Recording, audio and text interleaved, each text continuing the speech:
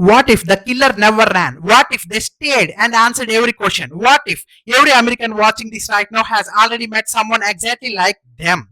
And you know what? Did they plan this together from the start? Where was there a moment they could have spotted? Did they actually love each other? How long were they are lying before their arrest? And why did they keep touching each other? Why does duping delight look like in real life? And that touch wasn't comfort, it was a signal. Duping delight, that the micro smile, that flash of satisfaction, that when a liar enjoys the lie, you will see it. And you won't believe how clearly you will see it. And here the video was not there, but the whole America was seeing the video, so you can recognize what I am telling. Did the evil couple think they were smarter than the police? 100%. And for a while they were right. And what broke the story wide open? Physical evidence, it never lies, people do. Are three and their evil couple living in your neighborhood? The FBI says yes, the data says yes, American crime record says yes. How do you live with the someone that dangerous and never know it? And that's the most American question in this case, and I'm going to answer it today, right now. I'm going to answer every one of the question. By the end, you will never see the police interrogation the same way again. And here it, this channel investigates the stories of American media, glosses over not the verdict, the psychological behind it. The evil couple case has been covered everywhere.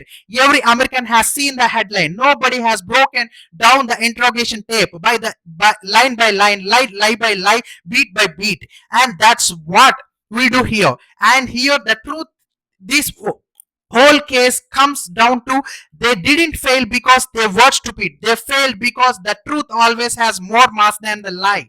And here it's come, who are these people before these cameras? Not monsters. That's the dangerous part. To everyone in the American neighborhood, normal cookouts, car in the driveway, friendly wave. That's the camouflage predators built deliberately. Forensic psychologists call it in the mask of sanity. Mask of sanity in plain English. Some people are so skilled at performing normal that even the people closest to them never see through it. The scariest version of the face blasts your heart. What was this relationship always toxic? Here is what the records show. And the control patterns stated within the 6 months: financial control first, the social isolation, then the version of reality they fed each other.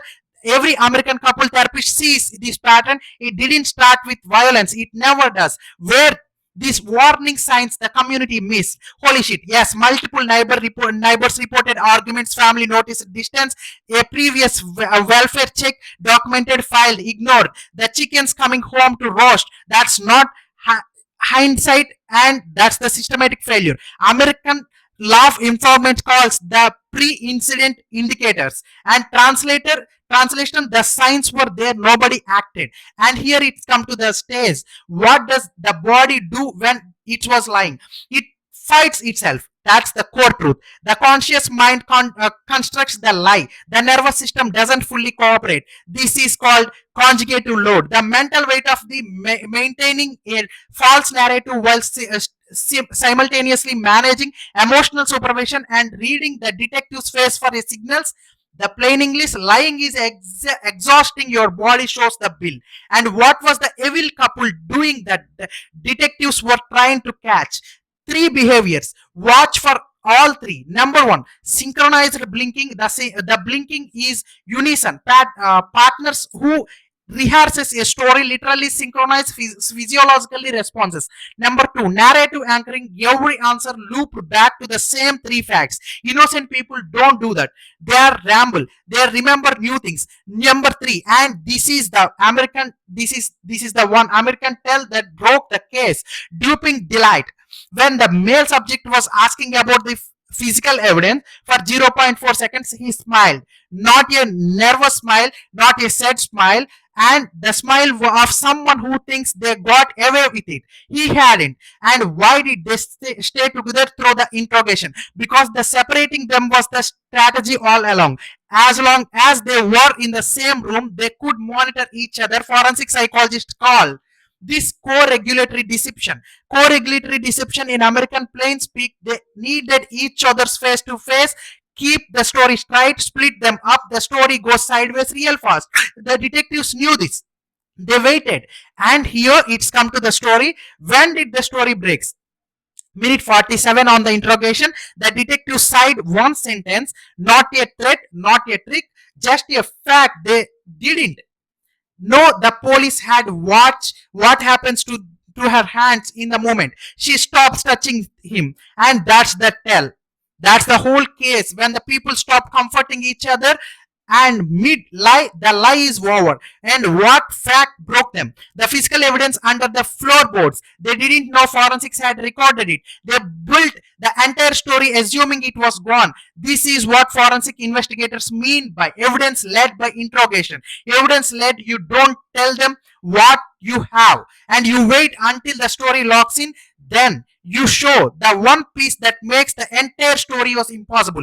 Every American detective watching this know the feeling. The room gets very quiet very fast. Did one of them try to blame the other? Not right away. That's the interesting part. For 12 more minutes, silence. Forensic psychiatrists call this cognitive collapse. Cognitive collapse, the movement the brain can no longer maintain two realities simultaneously, the fake story and the real one. Something has to give, and what gave was her. She looked at him, he looked at the table, and that's not my first rodeo reading body language. That look was the end. And here it's come to the final part.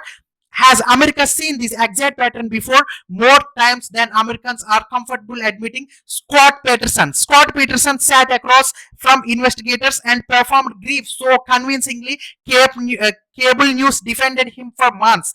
That tell was the same. When evidence emerged, he couldn't explain. The story didn't evolve, it collapsed. And sounds familiar, right?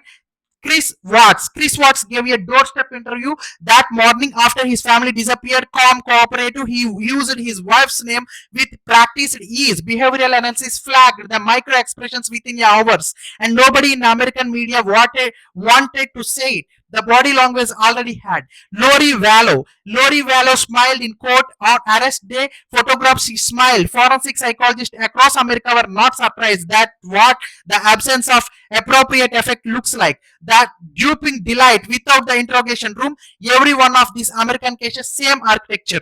Partners who built a private reality together, partners who believed the lie could hold, partners who underestimated what was already on the floor. Sounds familiar, right? It should.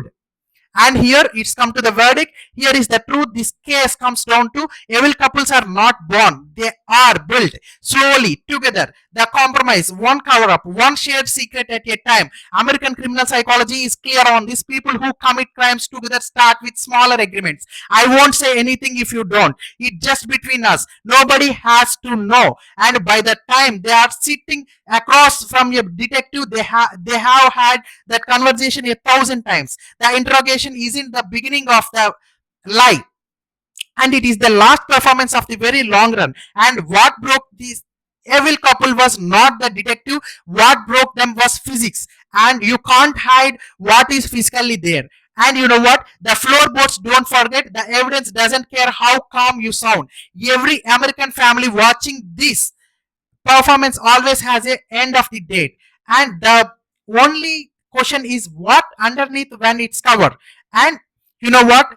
You need to comment about this topic in the comment box. I'm waiting for your opinion in the comment box, and thanks for watching this video.